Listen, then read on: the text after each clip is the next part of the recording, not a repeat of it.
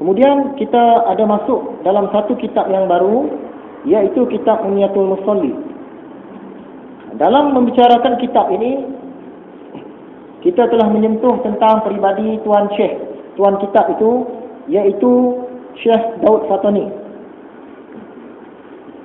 Yang keduanya, kita telah memahami bahawa ibadah sembahyang ini ialah jalan orang-orang yang bertakwa. Jadi sesiapa yang tidak menjaga sembahyangnya, kemungkinan besar akan terkeluar daripada golongan orang-orang yang bertakwa. Yang keempat, kita juga sudah memahami bahawa sembahyang merupakan penyejuk mata hati Rasulullah. Jadi kita sebagai umat Nabi Muhammad, sebagai pengikutnya, hendaklah menjadikan sembahyang ini sebagai penyejuk mata hati kita juga. Jadi kita usahakan sembahyang kita sampai kita rasa seronok dengan sembahyang, rasa tenang. Selagi bila sampai waktu sembahyang kita rasa gelisah, maksudnya sembahyang itu belum lagi menjadi penyejuk mata hati kita. Yang kelima, bagi orang-orang yang soleh, sebahagiannya menganggap sembahyang ini sebagai syurga di dunia. Syurga yang didahulukan di dunia. Sembahyang tu bagi mereka ni dah syurga dah. Punya seronoknya dengan sembahyang. Bagaimana kisah yang kita bagi dalam kuliah yang lalu, ada satu orang soleh ni, dia punya mencintai ibadah sembahyang, sampaikan dia berdoa kepada Tuhan, minta supaya di dalam kubur nanti dia bersembahyang. Dan semasa ditanam tu, sebahagian daripada orang keliling tu nampak dia sedang bersembahyang, walaupun dia dah mati. Maksudnya doa dia dikabulkan oleh Tuhan. Dia nak sembahyang dalam kubur masa dia mati lah. Punya cintanya akan sembahyang. Yang keenam, Nabi Muhammad dia dapat memberi syafaat. Syafaat ni maksudnya dia naikkan markah kita. Lebih-lebih lagi kalau markah kita tu sama berat, di antara nak masuk syurga dengan masuk neraka.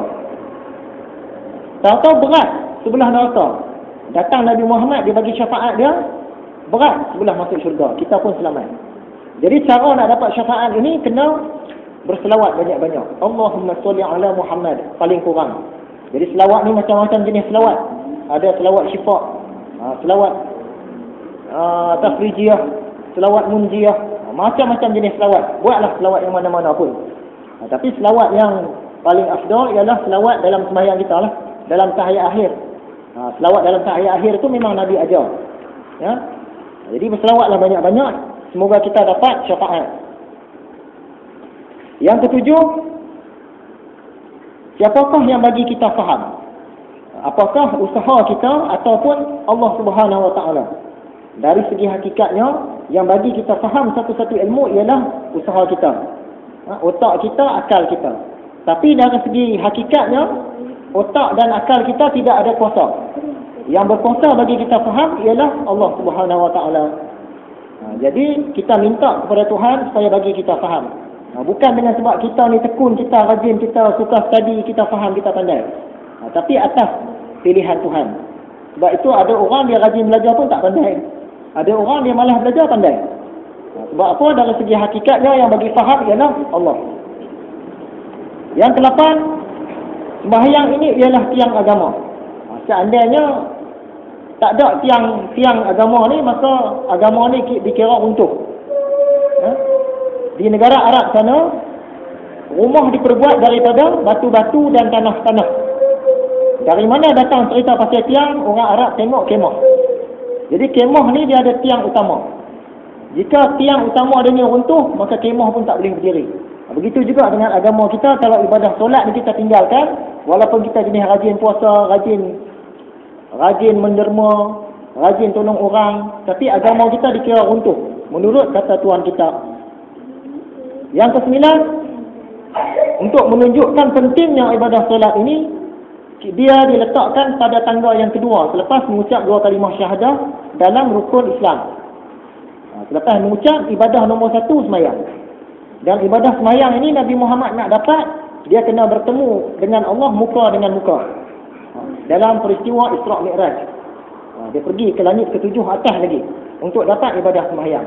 Sedangkan ibadah-ibadah lain, puasa, zakat, haji dan lain-lain itu semua dia terima di bumi, di dunia. Nak menunjukkan tingginya martabat ibadah sembahyang.